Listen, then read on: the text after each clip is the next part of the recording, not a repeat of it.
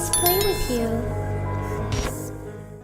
Hi, Assalamualaikum semua orang. Kamran Nasim here. I hope you are in a good mood today because it's a good day to have a good day.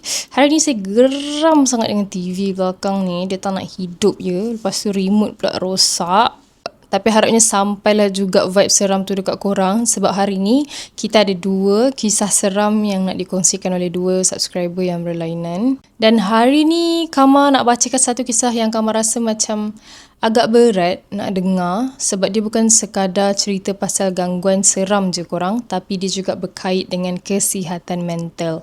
So subscriber kita ni nak share pengalaman hidup dia sebagai seorang pesakit psikiatri. Lepas tu ada juga kisah pasal saka keluarga dia dan satu pengalaman seram dekat homestay yang sampai sekarang dia tak boleh lupa. So tanpa membuang masa, jom kita baca doa dulu. Mohon perlindungan dari Allah dari gangguan-gangguan syaitan. رب أعوذ بك من همزات الشياطين وأعوذ بك رب أن يحضرون. So, sebelum kita start, Kama nak ingatkan macam biasa apa yang dikongsikan adalah berdasarkan pengalaman subscriber ni sendiri. Jadi untuk bahagian yang melibatkan penyakit mental, jangan korang terus kaitkan semua benda dengan benda mistik sebab ada juga simptom yang memang datang daripada keadaan perubatan dan perlukan rawatan profesional.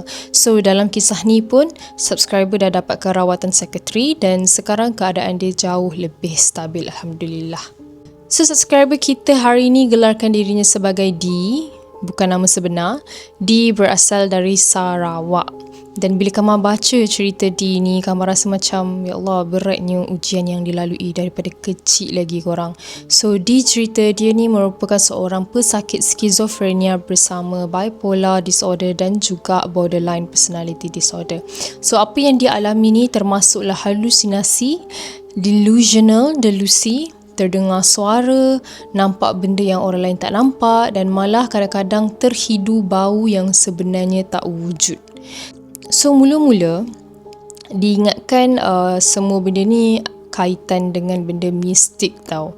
Tapi bila dia buat check up kan, pemeriksaan dan rawatan, rupa-rupanya memang ia berkaitan dengan masalah psikiatri. So semua ni sebenarnya dah bermula sejak di ni darjah 4 lagi. Masa tu setiap kali dia duduk sorang-sorang dalam bilik, dia akan terdengar suara lelaki dengan suara perempuan tengah ketawa. Korang bayangkan, korang tu budak sekolah rendah kan, duduk dalam bilik sorang-sorang, tiba-tiba ada orang ketawa. Padahal rumah tu sunyi. Lepas tu suara tu mula bercakap dengan dia. Yang buat dia ni lagi takut, suara tu cakap dia akan mati dibunuh oleh kawan dia sendiri. Mula-mula dia cuba abaikan, tapi tak lama lepas tu memang ada seorang kawan sekelas yang tiba-tiba berubah perangai. Tak kenapa budak tu jadi sangat dengki dekat D, dan dari situlah D ni mula percaya apa yang suara-suara tu cakap mungkin betul. Dia hidup dalam ketakutan setiap hari sebabkan dia betul-betul percaya ada orang nak bunuh dia. Korang bayangkan daripada kecil dah rasa macam tu. So masuk darjah 5 sampai ke darjah 6, keadaan sebenarnya jadi makin teruk. Kalau tadi dia cuma dengar suara-suara kan, sekarang dia mula nampak macam-macam.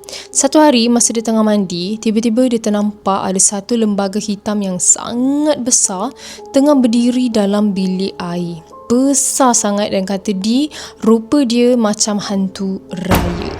Hantu raya kan dia lembaga yang besar berbulu tau. So dia ingat mungkin itu orang yang betul. Jadi dia cubalah sentuh badan lembaga tu. Ya Allah, tapi tangan dia ni tembus ke udara, tak ada rasa apa-apa langsung. Lepas tu dia pula selalu nampak pocong berdiri betul-betul depan dia tau. Bukan seekor 2 tapi banyak gila pocong. Muka setiap satu sangat buruk, muka dah reput sampaikan dia sendiri tak sanggup nak pandang lama-lama. Dan yang paling menyeramkan bagi dia, ada satu hari ni dia ternampak satu sosok yang dia percaya sebagai malaikat maut sebab benda tu macam berdiri dekat bilik mak ayah dia sambil pegang sabit tau. Sosok tu seolah-olah macam tengah tunggu dia. Dan bila dia nampak, dia terus rasa macam benda tu nak kejar dia. Bayangkan umur masih budak kan, tapi setiap hari hidup dalam ketakutan macam tu. Masuk pula zaman sekolah menengah, dari tingkatan 1 sampai tingkatan 5, simptom dia makin bertambah tau. Sekarang bukan dia sekadar dengar suara dan nampak benda-benda, tapi dia mula terhidu bau-bau yang pelik dan delusi dia pun menjadi semakin kuat. Kalau dia pandang luar rumah waktu malam, kan, dipandang lama-lama, dia pernah nampak Lang Sui berdiri dengan rambut yang sangat panjang, baju putih yang dipenuhi dengan kesan darah yang lama. Darah tu bukan macam baru, macam dah kering bertahun-tahun macam tu. Dan dekat belakang rumah pula, dia selalu nampak ada tuyul korang merangkak perlahan-lahan. Bapak banyak weh, aku rasa semua jenis hantu dia dah pernah nampak weh. Bila malam pula, lain cerita dia. Dia selalu rasa macam ada seseorang tengah baring tidur sebelah dia atas katil. Walaupun bila dia buka mata sebenarnya memang dia tak nampak siapa-siapa pun. Dalam masa yang sama, dia masih lagi dengar macam-macam suara. Ada suara pontianak mengilai, suara pocong, suara lelaki yang sangat garau, suara perempuan, sampai ke suara budak kecil pun dia pernah dengar.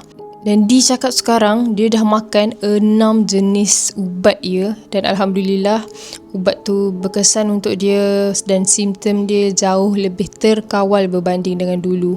Dia juga pernah menjalani rawatan Islam sebab pada mulanya keluarga dia ni ingat mungkin ada gangguan makhluk halus, tapi selepas diperiksa, ustaz sendiri memang tak jumpa apa-apa gangguan. Dan dari situlah baru diorang faham apa yang dialami ni sebenarnya adalah masalah psikiatri dan bukannya disebabkan saka atau sihir. Tapi kisah seterusnya korang lain pula cerita dia. Yang ni bukan berlaku pada D seorang, yang ni melibatkan saka keluarga dia. So satu hari ni dia bermalam dekat rumah nenek saudara dia. Masa tu dia tengah sembang-sembang lah dengan cousin-cousin kan. Tiba-tiba cousin dia cakap dekat tingkat atas rumah tu ada satu bilik lama yang arwah atuk saudara dia ni dulu gunakan untuk simpan saka.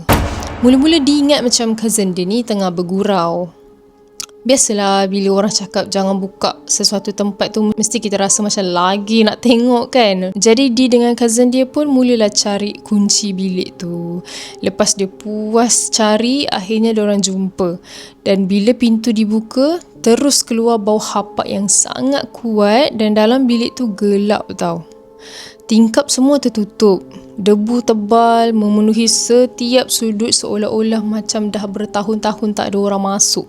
Mata dia kemudian tertumpu pada satu benda, which is ada sebuah piring yang sangat besar diletakkan dalam bilik tu tau. Dan menurut cerita keluarga, piring tu dulu digunakan untuk bagi makan dekat saka korang. Oh my god. Tapi sejak arwah atuk saudara dia ni meninggal, tak ada siapa yang berani sentuh lagi piring besar tu. Dan disebabkan dah tengok isi bilik tu, dia dengan cousin dia terus tutup pintu tu balik kan. Diorang macam tak fikir apa-apa lah. Diorang tidur, malam tu diorang tidur je macam biasa. Dan masa dia tengah mengiring dekat atas katil, mata dia terpandang ke arah laluan menuju ke bilik yang diorang buka petang tadi. Dekat hujung laluan tu, ada satu lembaga yang sangat besar tengah berdiri pandang tepat ke arah dia.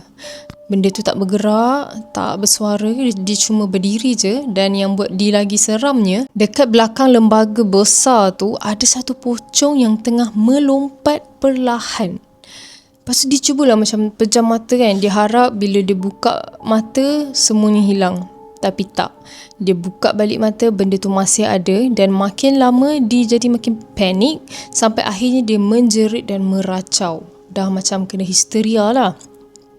Sampailah nenek saudara dia ni terpaksa call seorang ustaz untuk datang membantu. Dan lepas ustaz buat ikhtiar kan, baca ayat suci, dia dah mula tenang. Dalam masa yang sama, rahsia pun terbongkar. Rupa-rupanya keluarga diorang ni baru tahu yang dia dengan cousin dia sebenarnya dah buka bilik yang selama ni memang dilarang untuk buka ya. Dan menurut dia, selepas kejadian tu, saka yang dikatakan masih berada dekat situ akhirnya dibuang. Kamal pun masa baca part ni kan memang meremang gila weh. Kadang-kadang memang ada sebab kenapa orang tua-tua ni pesan kan, jangan buka sesuatu tempat tu sesuka hati. Tapi korang ingat cerita habis kat situ? Rupanya belum. Ada lagi satu pengalaman yang Dee sendiri tak boleh lupa sampai sekarang, dan kali ni berlaku dekat sebuah homestay di Kuching, Sarawak. So, satu hari ni, diorang sekeluarga bercuti selama 3 hari 2 malam. Hari pertama, semuanya nampak normal. Rumah cantik, suasana tenang, tak ada benda-benda pelik yang berlaku. Sampailah saudara diorang ni datang berborak. Tengah-tengah sembang tu, tiba-tiba salah seorang buka cerita. Dia cakap, sebenarnya, pemilik asal rumah tu dah meninggal dunia dalam rumah tu. Rumah homestay tu. Dan menurut cerita, dia bukan meninggal biasa, tapi dibunuh oleh pencuri ketika dia tengah tinggal bersendirian dekat rumah tu. Rumah tu kemudian dijaga oleh adik kepada arwah sebelum dijadikan homestay. Dan masa dengar cerita tu, semua orang jadi terdiam. Sampailah ke malam, so macam diorang macam takut, tapi at the same time benda dah bayar kan, terpaksalah bercuti je, enjoy je lah. Sampailah ke malam, di masa tu belum tidur lagi sebab dia tengah siapkan kerja dia dekat laptop. So tengah dia fokus, type, tiba-tiba tok, ada bunyi ketukan datang dari satu bilik yang memang sentiasa berkunci. Dan yang peliknya, tak ada sesiapa pun yang masuk bilik tu sejak diorang sampai. Dee pun bangun perlahan-lahan. Dia nak pastikan betul ke dia dengar bunyi tu ataupun tu cuma perasaan. Dan bila dia dah dekat sangat dengan pintu bilik tu, tiba-tiba ada satu suara perempuan yang sangat lembut panggil nama dia tau. Sekali, lepas tu dia panggil lagi 2 kali, dan kali ketiga dia terus terkaku. Tanpa fikir panjang, dia terus lari balik ke tempat laptop dia. Jantung masa tu dah tak tentu arah dah, dan belum sempat ditenangkan diri, dia rasa macam ada seseorang baru je berjalan melepasi belakang dia. Serentak dengan tu, datang satu tiupan angin dan muncul bau bunga melati yang sangat wangi. Wangi sangat-sangat. Tapi bila dipusing tengok belakang, kosong tau. Tak ada siapa-siapa. Hari kedua jadi lebih teruk. Dia bangun tidur sambil dia batuk tak berhenti-berhenti. Tak lama lepas tu, hidung dia pula berdarah. Dan bila keluarga tanya kenapa, barulah dia cerita malam tadi dia ada mimpi. Dalam mimpi tu, ada seorang perempuan ni sangat cantik. Rambut dia disanggul kemas, pakai kebaya, dan perempuan tu datang, tiba-tiba terus cekik leher Dee sebelum seret Dee keluar dari rumah. Mimpi tu terasa terlalu nyata, terlalu real, sampai bila dia bangun tidur, badan Dee ni rasa lemah sangat. Dan disebabkan semua kejadian yang berlaku sepanjang 2 hari tu, keluarga Dee akhirnya buat keputusan untuk batalkan percutian, hentikan percutian tu. Diorang terus kemas barang dan bayar homestay, kemudian keluar dari rumah tu lebih awal. Sampai sekarang, Dee masih tak tahu semua yang berlaku dekat homestay tu sekadar kebetulan ataupun memang ada something yang menghuni rumah tu. Tapi pengalaman tu memang cukup buat dia serik, dan sebelum Dee mengakhiri cerita dia cakap sebenarnya dia masih ada lagi satu pengalaman seram yang berlaku dekat Cameron Highland pada tahun 2017, dan kalau korang nak dengar kisah tu, comment down below. Sebab kawan pun rasa macam ada lagi benda yang disimpan ni. Sebab dia macam banyak gila pengalaman kan. So, kita nak sambung kepada kisah seram yang kedua dari subscriber yang kedua ni. Cerita ni mulanya nampak macam biasa je, pasal budak balik sekolah. Tapi siapa sangka rupa-rupanya ada sesuatu yang mengikut dia balik. So, tanpa buang masa, let's go. So, subscriber minta rahsiakan identiti dia, dan cerita ni berlaku lebih kurang sekitar tahun 2014 hingga 2015. Masa tu dia dengan adik perempuan dia sekolah dekat sekolah yang sama tau. Bezanya subscriber ni sekolah sesi pagi, adik dia pula sesi petang. So, mula-mula semua nampak normal je korang, tak ada apa-apa yang pelik pun. Sampailah satu hari ni adik dia dikatakan berjumpa dengan sesuatu dekat sekolah. Dan benda tu tak balik seorang. So hari tu macam biasa, dia tengah tolong mak dia jaga kedai runcit keluarga tau. Diorang ada satu kedai runcit keluarga lah. Ayah pula keluar ambil adik dia balik dari sekolah. Biasalah budak sesi petang kan, habis sekolah pun lebih kurang pukul 6 lebih macam tu. Waktu tu pun dah nak dekat maghrib dah. Tapi sebenarnya sebelum kejadian tu lagi, kedai runcit keluarga diorang ni memang dah lama mengalami macam-macam benda mistik yang pelik tau. Kadang-kadang seharian tak ada pelanggan langsung, padahal kedudukan kedai tu strategik. Ada orang yang pandai bab-bab agama ni cakap kemungkinan kedai diorang ni ditutup pandangan. Biasalah bila berniaga kan, kadang-kadang tak lari daripada hasad dengki manusia.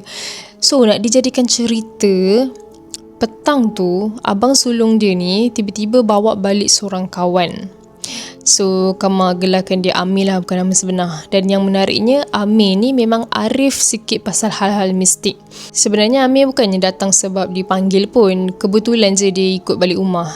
Dan bila dia sampai depan kedai, Amir ni tiba-tiba terus tenung lama tau dekat kedai tu. Lepas tu dia cakap, kedai ni gelap. Masa tu subscriber ni baru umur lebih kurang 10 tahun, dah jam 4 macam tu. Dan dalam kepala dia fikir, gelap? Mana ada gelap? Lampu semua dah buka kot kat kedai ni. Tapi bila dia pandang tepat ke mata Amir, dia terus rasa pelik sebab dia cakap mata Amir ni langsung tak ada pantulan cahaya tau. Padahal waktu tu semua lampu kedai dah menyala. Sepatutnya kalau kita tengok mata orang mesti ada macam biasan cahaya sikit kan. Tapi mata Amir ni hitam gelap. Macam tengah pandang sesuatu yang orang lain tak nampak. Lepas tu Amir pun mula baca beberapa potongan ayat Al-Quran dekat kawasan kedai tu. Tak lama lepas tu, ayah dia orang pun balik dengan adik dia naik motor kan. Motor tu lalu betul-betul depan kedai sebelum masuk ke rumah. Rumah dengan kedai diorang ni memang sebelah-sebelah je. So subscriber ni macam biasalah, dia teruslah lambai dekat adik dia kan. Macam dah balik kan. Tapi yang peliknya, adik dia macam tak balas langsung. Tak senyum, tak lambai, tak pandang. Dia cuma duduk diam je atas motor tu. So subscriber ni fikir mungkin adik dia penat kot balik sekolah kan. So dia pun tak adalah fikir apa-apa. Tapi dalam masa yang sama, kawan abang dia Amir tu asyik pandang tepat ke arah beg sekolah adik dia. Bila motor dah berhenti, Amir terus bersuara, dia ni balik tak seorang ni. Semua orang terus pandang Amir. Amir sambung lagi, ada sesuatu dalam beg sekolah adik awak. Benda tu ikut dia balik. Subscriber yang masa tu baru budak yang umur 10 tahun kan, terus fikir benda lain. Dia siap cakap dalam hati, macam mana benda tu boleh muat dalam beg? Buku sekolah pun dah penuh kan dalam beg. Sedih ingat macam ada hantu dalam beg tu, faham tak? Tapi tak sampai beberapa minit, tiba-tiba, "Kakak!" Satu jeritan kuat datang dari arah rumah. Jeritan tu betul-betul macam orang ketakutan tau. Semua orang terus berlari masuk rumah. Mak, ayah, abang, Amir semua lari. Yang tinggal dia seorang ni je. Kena jaga kedai. Dia cakap sampai sekarang dia geram sebab semua orang tinggalkan dia dekat situ seorang-seorang. Dan walaupun dia tak nampak apa yang berlaku dalam rumah, tapi suara adik dia menangis dan menjerit tu masih jelas kedengaran sampai ke kedai. Lama jugalah keadaan ni jadi kecoh selepas akhirnya semua reda. So mak dia pun datang dan cerita apa yang berlaku sebenarnya. Rupa-rupanya, sebaik sahaja masuk rumah, adik dia ni memang terus menangis teresak-esak sambil tunjuk ke arah kipas siling. Dia tak berhenti pandang kipas tu tau. Sambil dia menangis, dia cakap, ada kat situ, ada. Tapi masalahnya tak ada seorang pun dalam rumah tu yang nampak apa-apa, melainkan Amir. Dan bila Amir pandang atas, dia terus nampak satu pocong sedang tergantung dekat kipas siling. Weh, aku tak boleh bayangkan kipas siling tergantung pocong.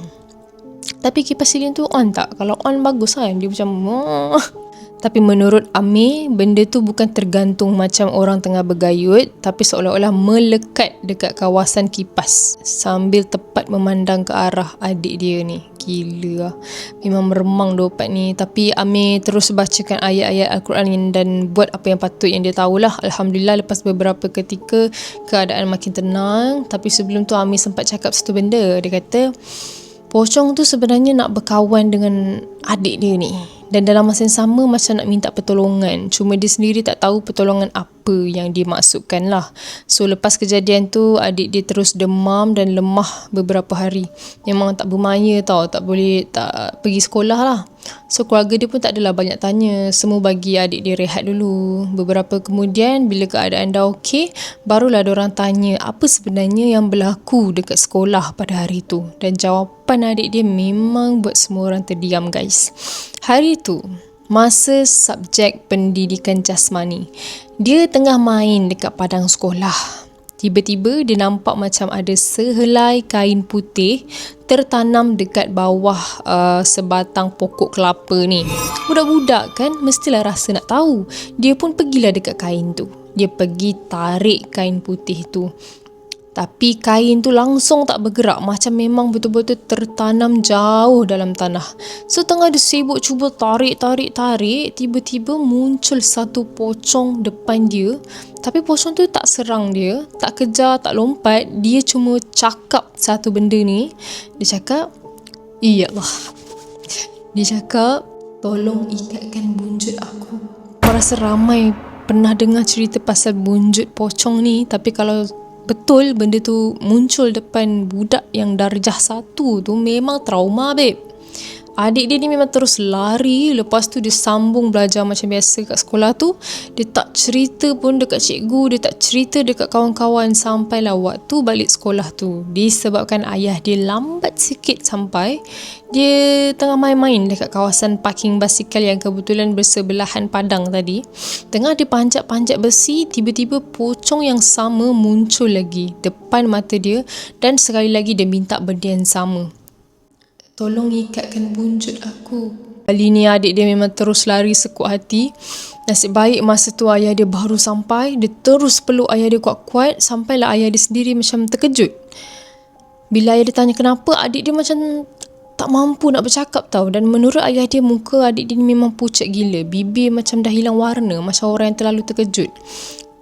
Itulah sebenarnya punca kenapa masa dia lalu depan kedai tadi, dia langsung tak balas lambaian kakak dia.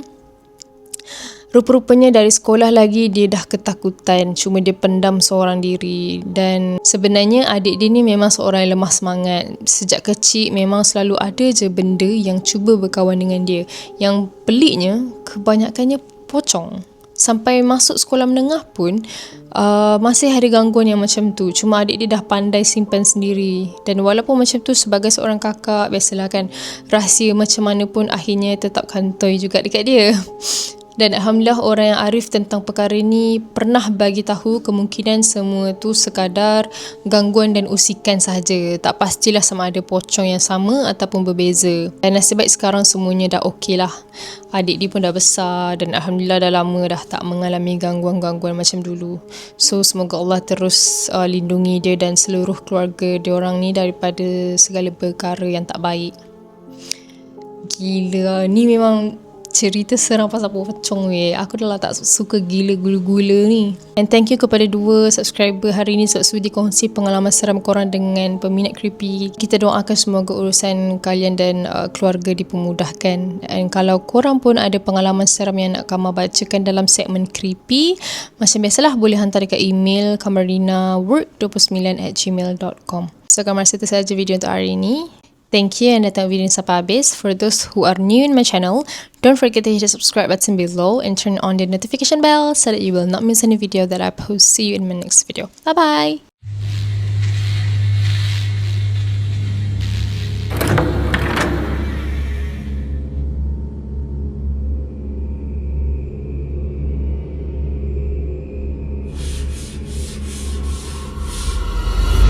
You seem so scared. All I wanted to do was play with you.